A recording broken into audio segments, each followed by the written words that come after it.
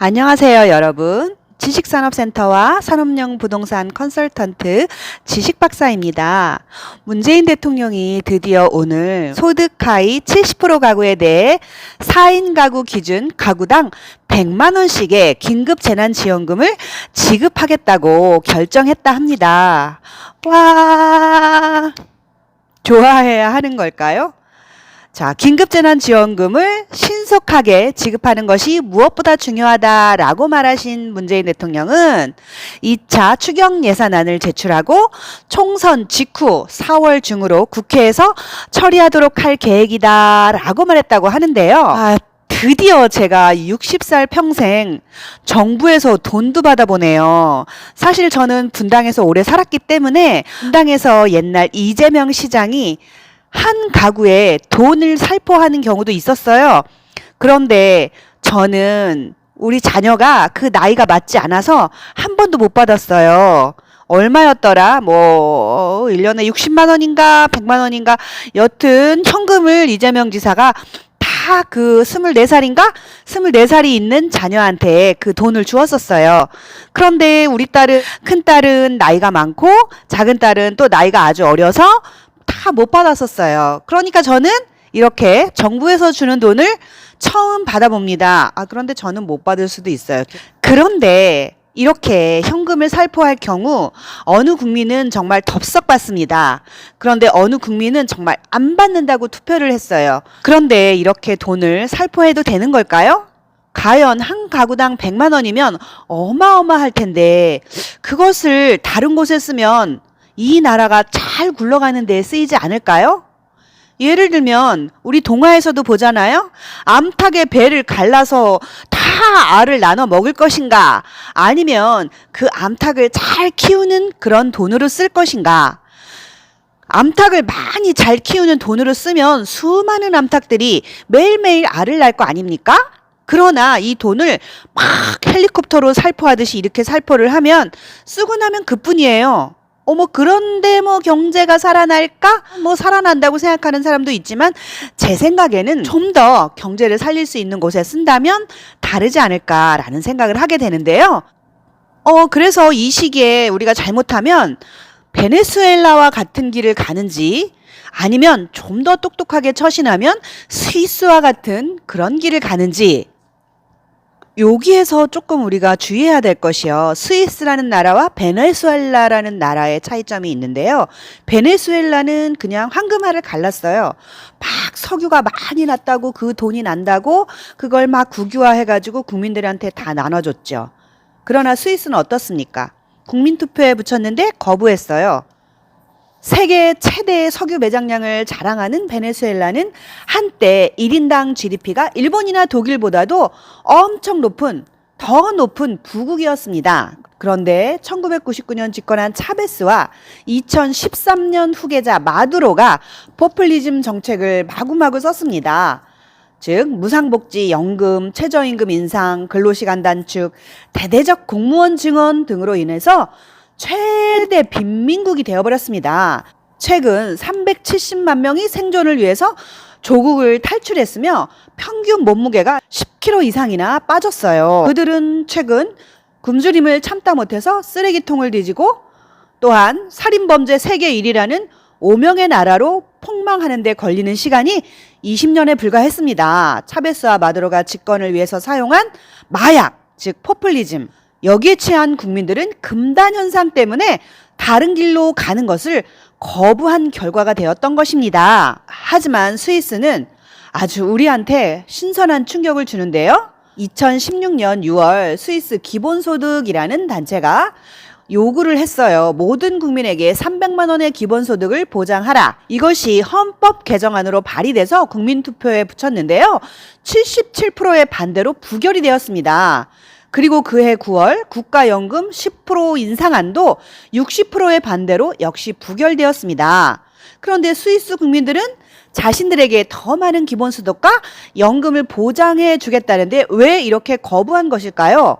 그들은 무상복지 확대를 위해서 사용하는 세금 인상이나 국채 발행 또는 통화 남발의 부작용이 매우 심각할 뿐만 아니라 놀고 먹는 사람들이 늘어나면 결국은 노동력이 저하되고 그러면 국가가 부도날 수 있다는 그런 위기에서 이렇게 현명한 선택을 했던 것입니다. 그런데 우리가 지금 선거가 얼마 안 남았기 때문에 정부에서 이렇게 무상복지, 정부에서 이렇게 재난소득이라는 이름으로 한 가구당 100만 원씩 팍팍 퍼주는데요.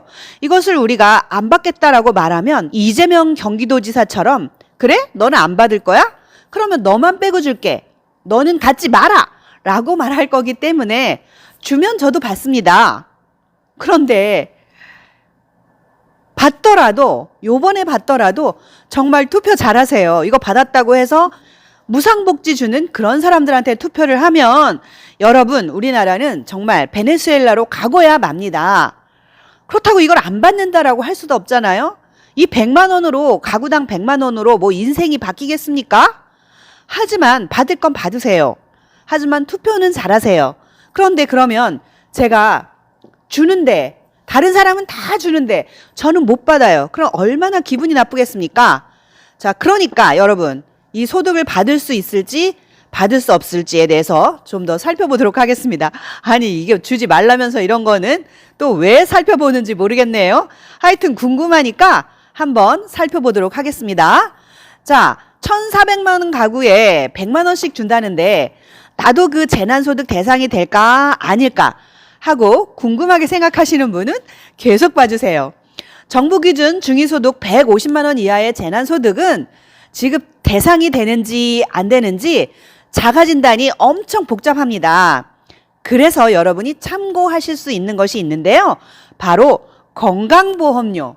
요것만 참고하시면 내가 대상이 되는지 안 되는지 쉽게 구분할 수 있다고 합니다. 매년 보건복지부 산하 중앙생활보장위원회에서 정하는 기준이 있는데요. 중위소득 150%는 올해의 경우 1인 가구는 263만 6천 원, 2인 가구는 448만 8천 원, 3인 가구는 580만 6천 원, 4인 가구는 712만 4천 원, 712만 4천 원이라고 합니다.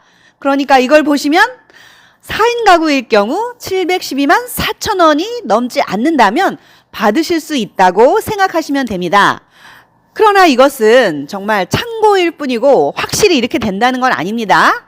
그런데 기준 중위소득이 뭔지 한번 살펴볼까요? 기준소득 중간가가는 다른데요. 자신이 속한 가구가 기준 중위소득 이하인지 이상인지를 알려면 우선 중위소득이라는 뜻부터 알아야 합니다. 중위소득이란 모든 가구의 소득을 한 줄로 쭉 세웠을 때 그중에 중간에 서 있는 가구의 소득을 말합니다. 반면 기준 중위소득은 다른데요. 매년 복지지원 기준을 정하기 위하여 통계청이 발표한 전년도 가구 경상소득 중간값의 최근 가구 소득 평균 증가율, 가구 규모에 따른 소득 수준의 차이 등을 반영해서 가구 규모별로 정하는 금액입니다. 올해 기준 중위소득은 1인 가구 175만 원, 2인 가구 299만 원, 3인 가구 387만 원, 4인 가구 474만 원 등입니다. 그 다음으로 소득 인정액을 알아야 되는데요.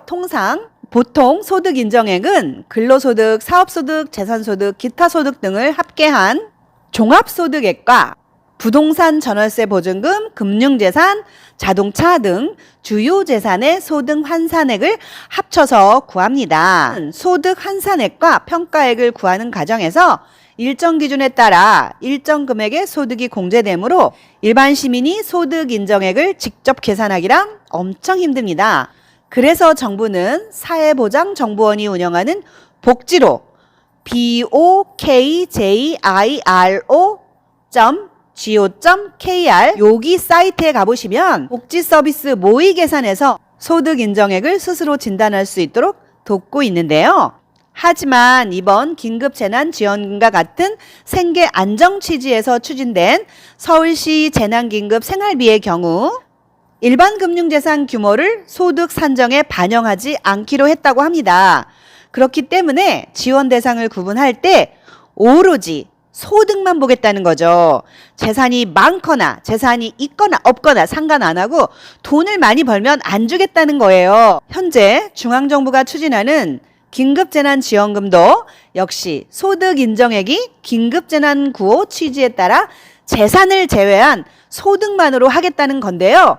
그래서 여러분이 만약 직장인이라면 긴급재난지원금과 관련해 자신의 가구가 내는 건강보험료를 참고하면 대충 맞을 것이라고 합니다. 현재 건강보험공단은 가입자 사업장으로부터 제출받은 공식 자료의 보수 월액 등을 기준으로 보험료를 부과하고 있습니다. 건강보험 지역가입자는 소득뿐만 아니라 재산에도 건강보험료를 부과하지만 건강보험 직장가입자는 종합소득세에만 건강보험료를 매깁니다. 그러므로 여러분이 내고 있는 건강보험료가 기준 중위소득 가구의 보험료보다 많은지 적은지를 확인하시면 지원 대상인지 아닌지 확인하실 수 있습니다. 복지부 지역사회서비스 투자사업 안내를 보면은요, 올해 기준 중위소득 150% 가구에 부과되는 건강보험료는요, 1인 가구 88,344원, 2인 가구 15만 25원, 3인 가구 19만 5,200원, 4인 가구 23만 7,652원이라고 하니 여기보다 많으면, 즉 4인 가구의 경우 23만 7,652원보다 많으시면 받지 못한다고 생각하시면 됩니다. 그렇기 때문에 여러분의 건강보험료를 체크하시면 됩니다. 작년에 건강보험료 확정 신고가 올해 4월에 끝나기 때문에 약간의 차이는 있을 수 있으니 참고만 하시는 게 좋을 것 같아요. 4월이 지나면 확정이 되니 거의 맞다고 보시면 됩니다. 그러면 여러분이 긴급재난지원금을 받으실 수 있는지 없는지 한번 계산해 보시고요. 그렇다고 나는 안 받아 라고 말하지는 마십시오. 또 이재명 경기도지사처럼 안 받아? 그래, 그럼 너만 안 주면 되지. 너 안 줄게 라고 말할지도 모르지 않습니까? 일단 받고 보세요. 받고서 우리가 이걸 현명하게 써야 됩니다. 정말 우리가 다 주는 대로 주더라도 이것을 가지고 현명하게 쓸 수 있는 방법이 무엇인지 연구를 해봐야 되겠습니다. 뭐 준다니까 받아야지 어쩌겠어요. 그런데 뭐 못 받는 분들은 억울하겠죠? 정말 못 받는 분들은 억울하겠지만 또 어쩌겠어요. 그렇게 정했다는데 어쩔 수 없는 거 아닙니까? 자, 여러분 모두 어차피 주는 거니까 받으시기 바랍니다.